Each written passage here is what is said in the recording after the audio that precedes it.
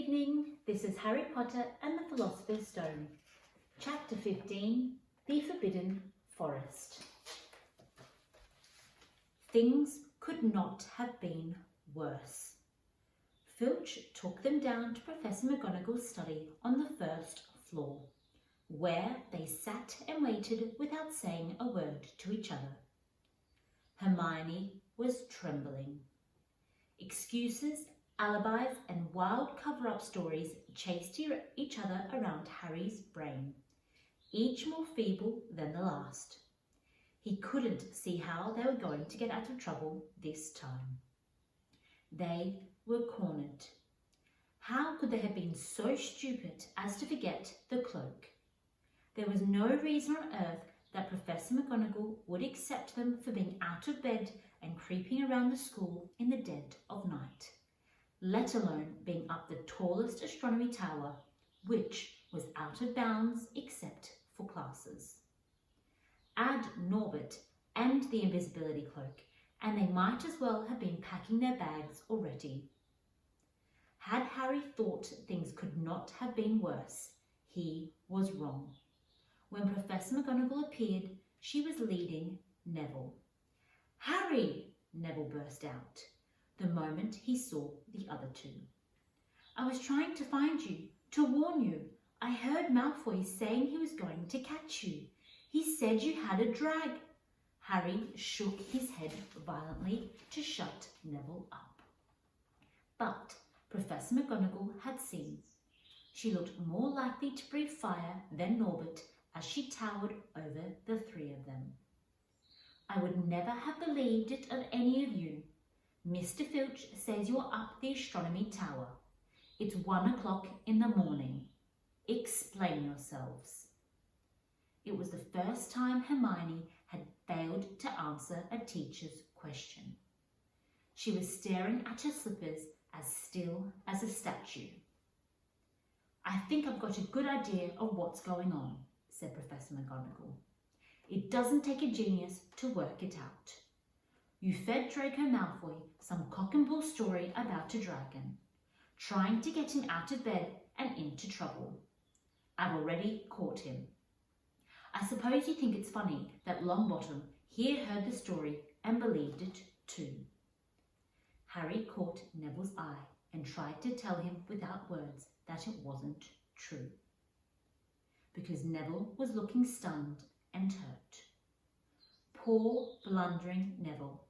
Harry knew what it must have cost him to try and find them in the dark, to warn them. "I'm disgusted," said Professor McGonagall. 4 students out of bed in one night. I've never heard such a thing before. You, Miss Granger, I thought you had more sense. As for you, Mr. Potter, I thought Gryffindor meant more to you than this. All 3 of you will receive detentions. Yes, you too, Mr. Longbottom. Nothing gives you the right to walk around the school at night, especially these days. It's very dangerous. And 50 points will be taken from Gryffindor." 50, Harry gasped. They would lose the lead he had won in the last Quidditch match. 50 points each, said Professor McGonagall, breathing heavily through her long, pointed nose. "Professor, please, you can't." "Don't tell me what I can and can't do, Potter. Now get back to bed, all of you. I've never been more ashamed of Gryffindor students." 150 points lost. That put Gryffindor in last place. In one night, they'd ruined any chance of Gryffindor getting the house cup. Harry felt as though the bottom had dropped out of his stomach. How could they ever make up for this? Harry didn't sleep all night. He could hear Neville sobbing into his pillow for what seemed like hours. Harry couldn't think of anything else to say to comfort him. He knew Neville, like himself, was dreading the dawn. What would happen when the rest of Gryffindor found out what they'd done. At first, Gryffindors passing a giant hourglass that recorded their house points the next day thought that there had been a mistake. How could they have suddenly lost 150 points? And then the story started to spread. Harry Potter, the famous Harry Potter, their hero of 2 Quidditch matches, had lost them all those points. Him and a couple of other stupid first years. From being one of the most popular and admired people at school, Harry was suddenly the most hated. Even Ravenclaws and Hufflepuffs turned on him, because everyone had been so longing to see Slytherin lose the House Cup. Everywhere Harry went, people pointed and didn't trouble to lower their voices as they insulted him. Slytherins, on the other hand, clapped as he walked past them, whistling and cheering. "Thanks, Potter, we owe you one." Only Ron stood by him. They'll all forget about this in a few weeks. Fred and George have lost more points than that the entire time that they've been here, and people still like them. They've never lost 150 points in one go, though, have they? Said Harry miserably. Well, no, Ron admitted. It was a bit late to repair the damage, but Harry swore to himself not to meddle in things that weren't his business from now on. He'd had it with sneaking around and spying.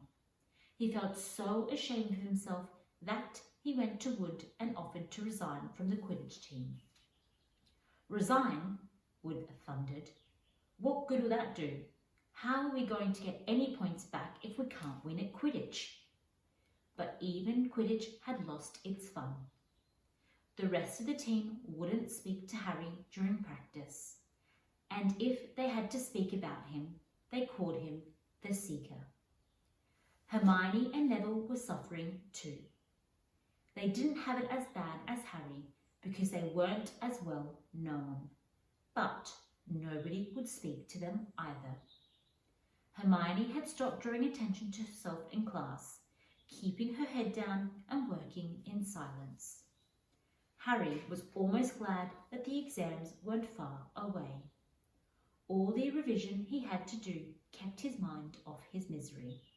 He, Ron, and Hermione kept to themselves, working late into the night, trying to remember the ingredients in complicated potions, learn charms and spells off by heart, memorize the dates of magical discoveries and goblin rebellions. Then, about a week before the exams were due to start, Harry's New Year resolution not to interfere in anything that didn't concern him was put to an unexpected test. Walking back from the library on his own one afternoon, he heard somebody whimpering from a classroom up ahead. As he drew closer, he heard Quirrell's voice. No, no, not again, please. It sounded as though someone was threatening him. Harry moved closer. All right, he heard Quirrell sob. Next second, Quirrell came hurrying out of the classroom, straightening his turban. He was pale and he looked as though he was about to cry. He strode out of sight. Harry didn't think Quirrell had even noticed him. He waited until Quirrell's footsteps had disappeared, then peered into the classroom. It was empty, but a door stood ajar at the other end. Harry was halfway towards it before he remembered what he'd promised himself about not meddling. All the same, he'd have gambled 12 Philosopher's Stones that Snape had just left the room.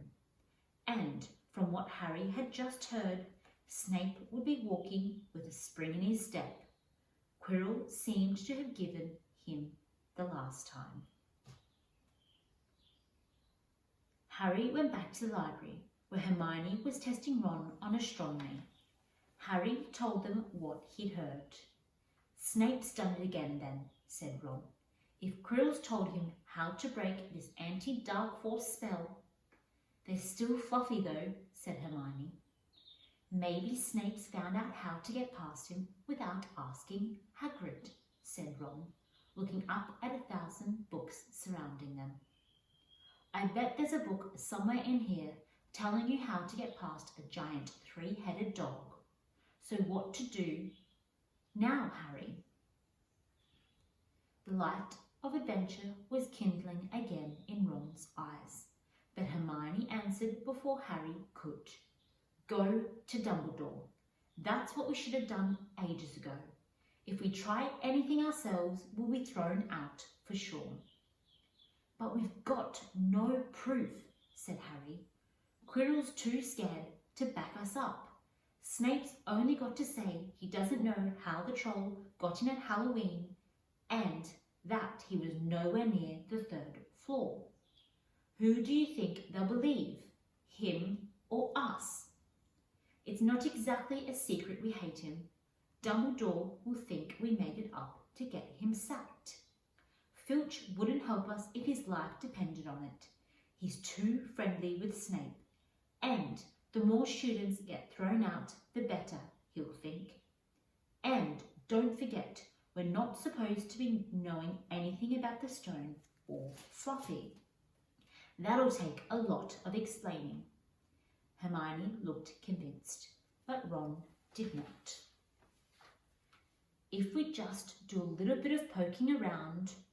"No," said Harry flatly. "We've done enough poking around." He pulled a map of Jupiter towards him and started to learn the names of its moons.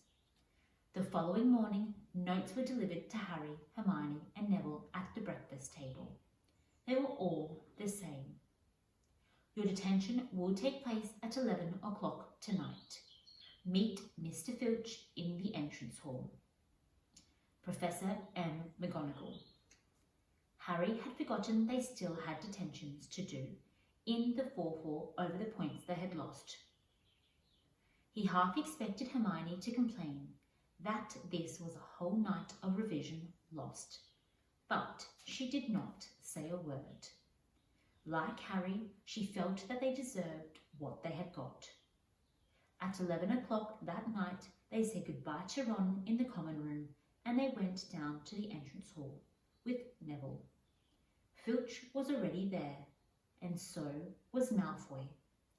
Harry had also forgotten that Malfoy got detention too. "Follow me," said Filch, lighting a lamp and leading them towards outside. "I bet you'll think twice about breaking a school rule again, won't you?" "Oh yes, hard work and pain are the best teachers if you ask me. It's just a pity that they let the old punishments die out. Hang you out your wrists from the ceiling for a few days. I've got the chains still in my office.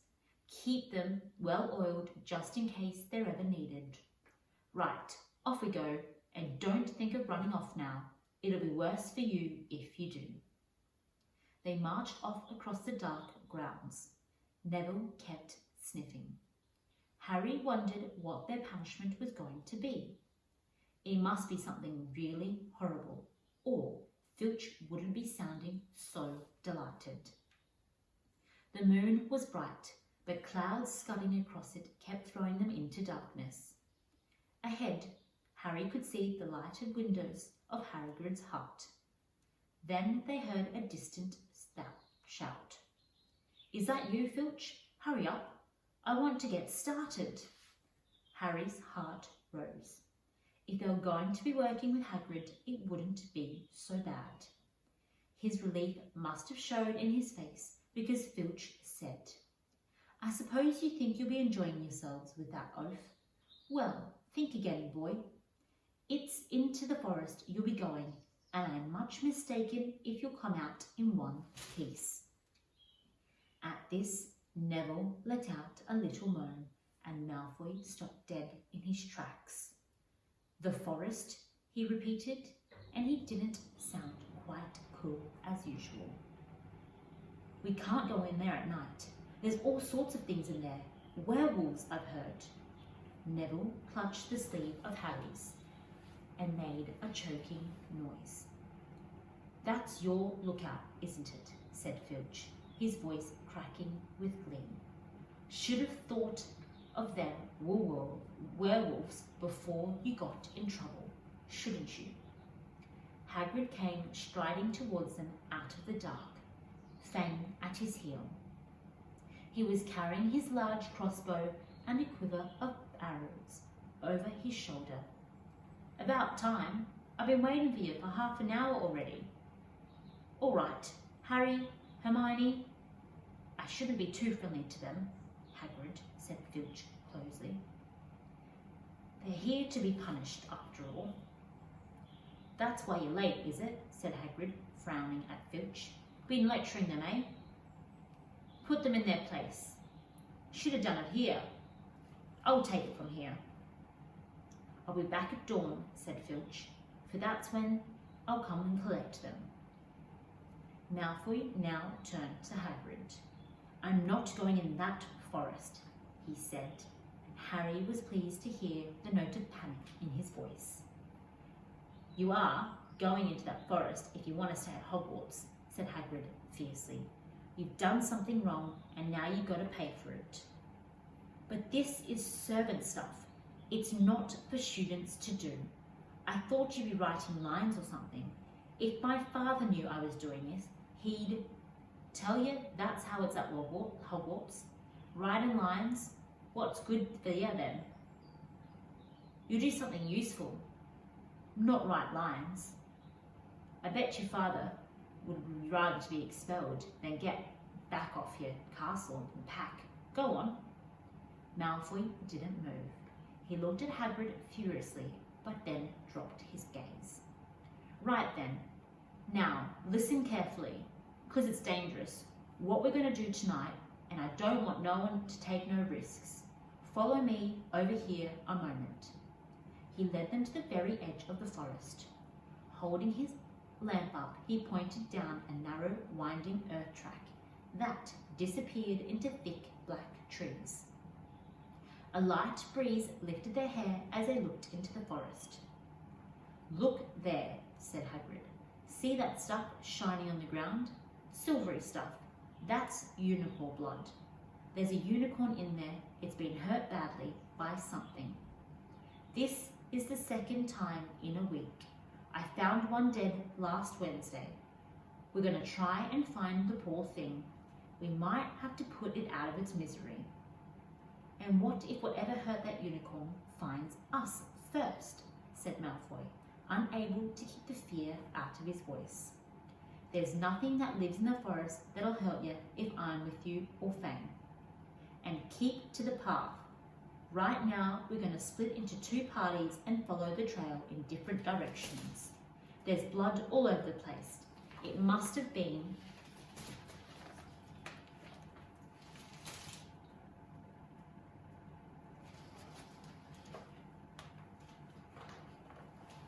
staggering around since last night, at least. I want Fang, said Malfoy quickly, looking at Fang's long teeth. All right, but I warn you, he's a coward. So, me, Harry and Hermione will go that way. Draco, Neville and Fang will go the other. Now, if any of us find the unicorn, we'll send up green sparks. Get your wands out and practice now. That's it, and if anyone gets in trouble, send up red sparks. And we'll come and find you. So be careful, let's go. The forest was black and silent. A little way into it they reached a fork in the earth, and Harry, Hermione and Hagrid took the left path, while Malfoy, Neville and Fang took the right. They walked in silence, their eyes on the ground. Every now and then a ray of moonlight through the branches above them lit a spot of the silver-blue blood on the fallen leaves. Harry saw that Hagrid looked very worried. Could a werewolf be killing the unicorns? Harry asked. Not fast enough.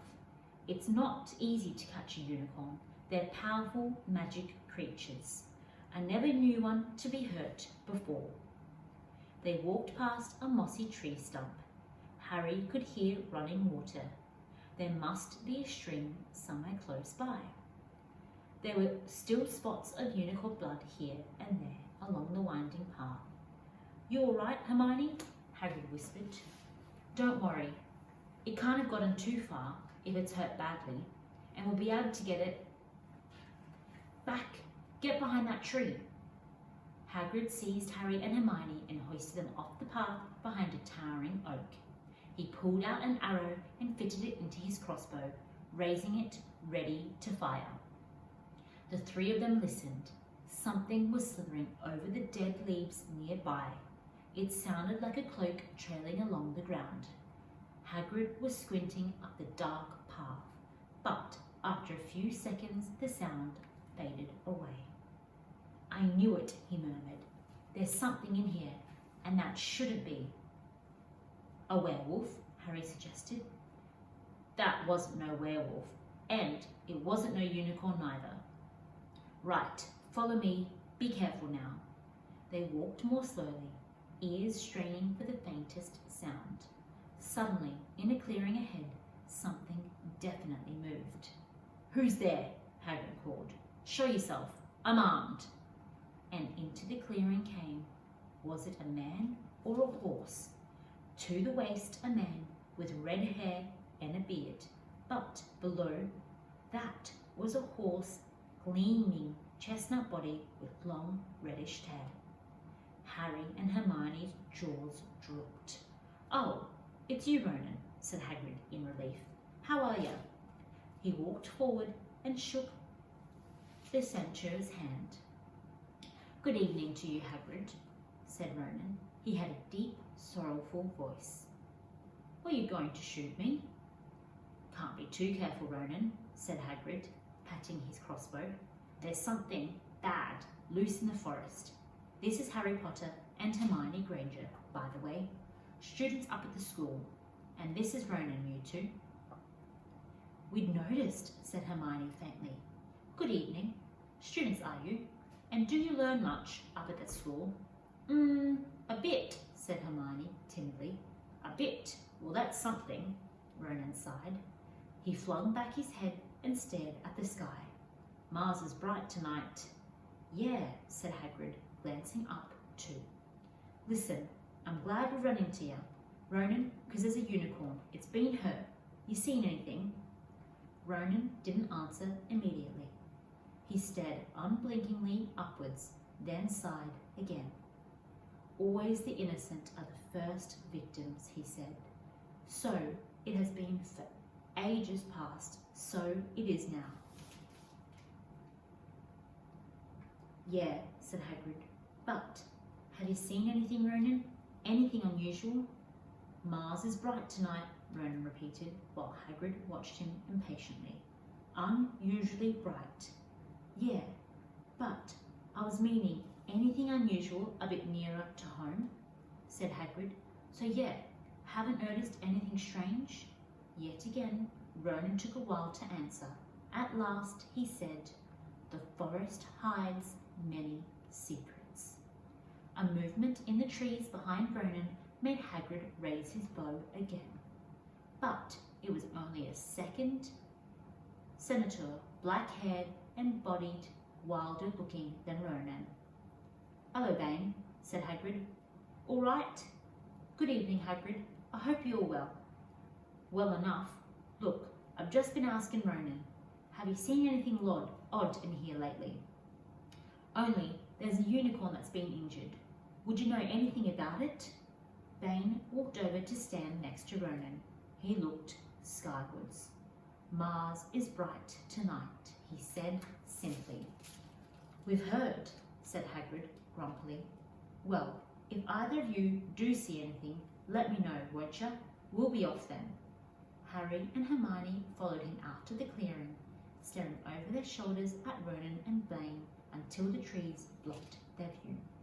Never, said Hagrid irritably. Try and get a straight answer out of them. Ruddy stargazers, not interested in anything closer to the moon. "Are there many of them in here?" asked Hermione. "Oh, a fair few. Keep to themselves, mostly, but they're good enough about turning up if I ever want a word. They're deep mind. They know things, just won't let on much." "Do you think that was the senator we heard earlier?" said Harry. "Did that sound like hooves to you?" "Nah, if you ask me, that was something, killing the unicorns. Never heard anything like that before." They walked out through the dense, dark trees. Harry kept looking nervously over his shoulder. He had a nasty feeling that they were being watched. He was very glad that he had Hagrid and his crossbow with them. They had just passed a bend in the path when Hermione grabbed Hagrid's arm. "Hagrid, look! Red sparks! The others are in trouble!" "You two wait here," Hagrid shouted. "Stay on the path. I'll come back for you." They heard him crashing away through the undergrowth and stood looking at each other, very scared, until they couldn't hear anything but the rustling of trees around them. "You don't think they've been hurt, do you?" whispered Hermione. "I don't care about Malfoy, but if something's happened to Neville, it's our fault he's here in the first place." The minutes dragged by. Their ears seemed sharper than usual. Harry seemed to be picking up every sigh of the wind, every cracking twig. What was going on? Where were the others? At last, a great crunching noise announced Hagrid's return. Malfoy, Neville, and Fang were with him. Hagrid was fuming. Malfoy, it seemed, had sneaked up behind Neville and grabbed him as a joke. Neville had panicked and sent up the sparks. "We'll be lucky to catch anything now, with that racket you two are making. Right, we're changing groups. Neville, you stay with me and Hermione. Harry, you go with Fang and this idiot. I'm sorry." Hagrid added a whisper to Harry. "But he'll have a harder time frightening you, and we've got to get this done." So Harry set off into the heart of the forest with Malfoy and Fang. They walked for nearly half an hour, deeper and deeper into the forest, until the path became almost impossible to follow because the trees were so thick. Harry thought the blood seemed to be getting thicker. There were splashes on the roots of the tree, as though the poor creature had been thrashing around in pain close by. Harry could see a clearing ahead through the tangled branches of an ancient oak. "Look," he murmured, holding out his arm to Malfoy. Something bright white was gleaming on the ground. They inched closer. It was the unicorn, and it was dead. Harry had never seen anything so beautiful and sad. Its long, slender legs were stuck out at odd angles where it had fallen, and its mane was spread pearly white on the dark leaves. Harry had taken one step towards it when a slithering sound made him freeze where he stood. A bush on the edge of the clearing quivered. Then, out of the shadows, a hooded figure came crawling across the ground like some stalking beast. Harry, Malfoy, and Fang stood fixated. The cloaked creature reached the unicorn. It lowered its head over the wound in the animal's side and began to drink its blood. "Ah!" Malfoy let out a terrible scream and bolted. So did Fang. The hooded figure raised its head and looked right at Harry. Unicorn blood was dripping down its front. It got to its feet and came swiftly towards him. He couldn't move for fear. Then a pain pierced his head like he'd never felt before. It was as though his skull was on fire. Half blinded, he staggered backwards. He heard hooves behind him, galloping, and something jumped clean over him, charging at the figure. The pain in Harry's head was so bad he fell to his knees. It took a minute or two to pass.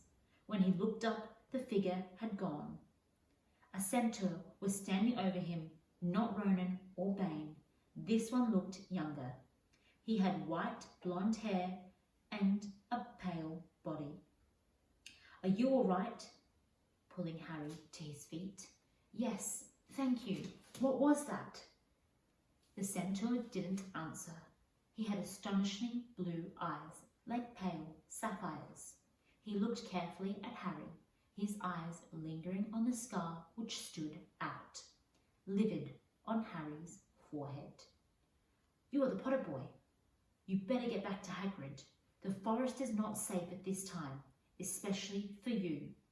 Can you ride? It'll be a bit quicker this way. My name is Firenze," he added as he lowered himself to his front legs so that Harry could clamber on his back.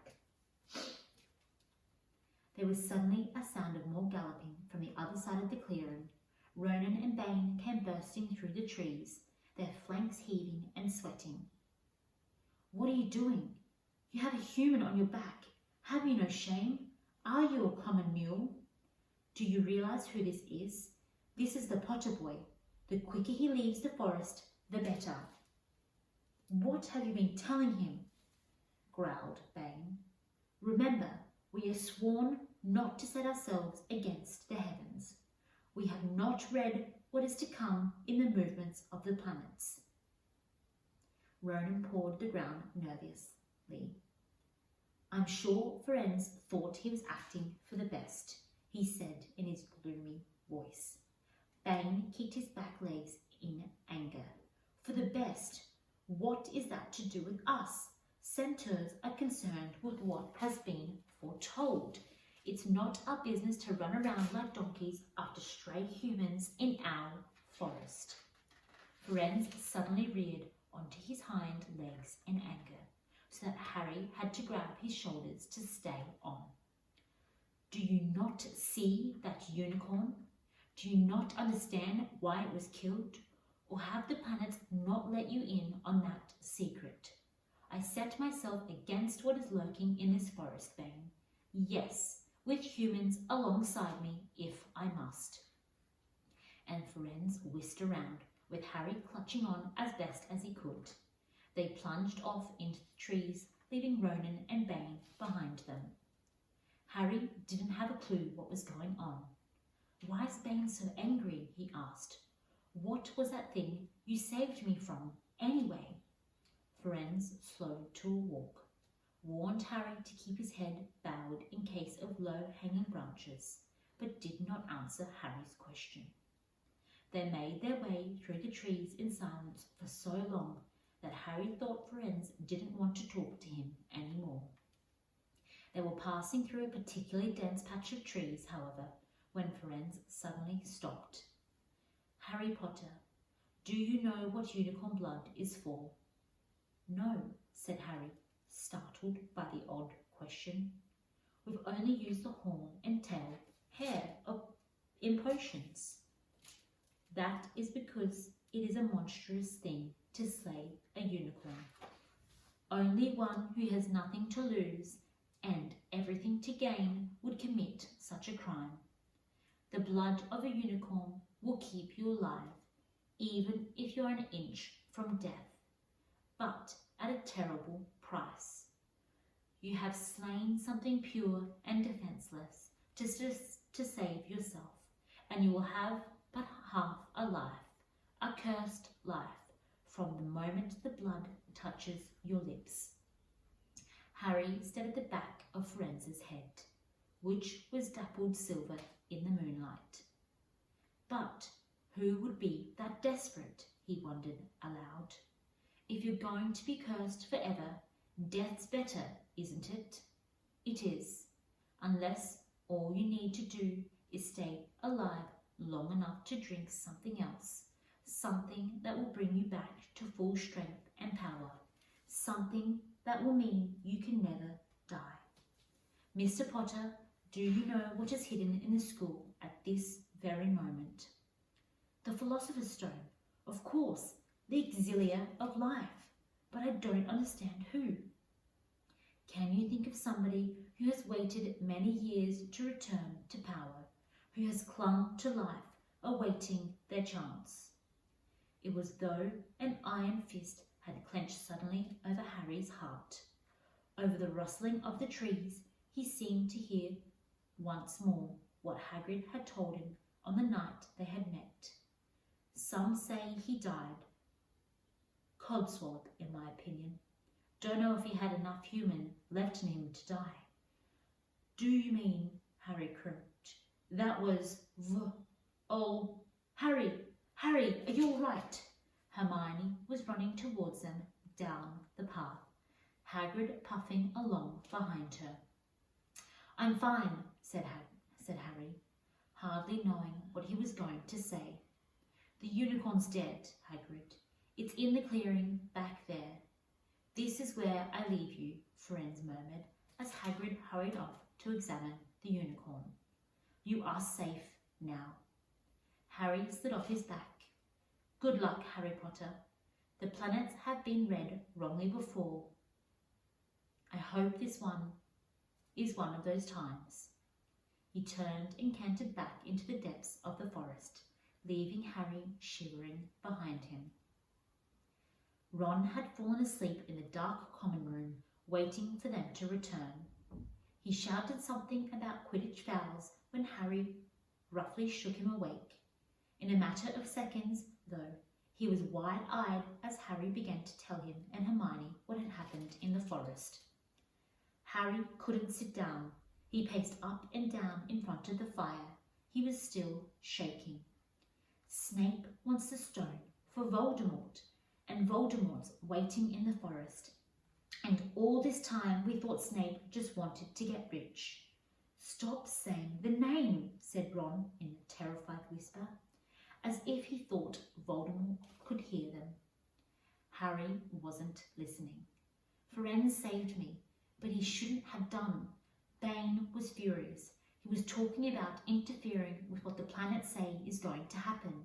They must show that Voldemort's coming back. Bane thinks Firenze should have let Voldemort kill me. I suppose that's written in the stars as well. Will you stop saying that name? Ron hissed. So, all I've got to wait for is Snape to steal the stone.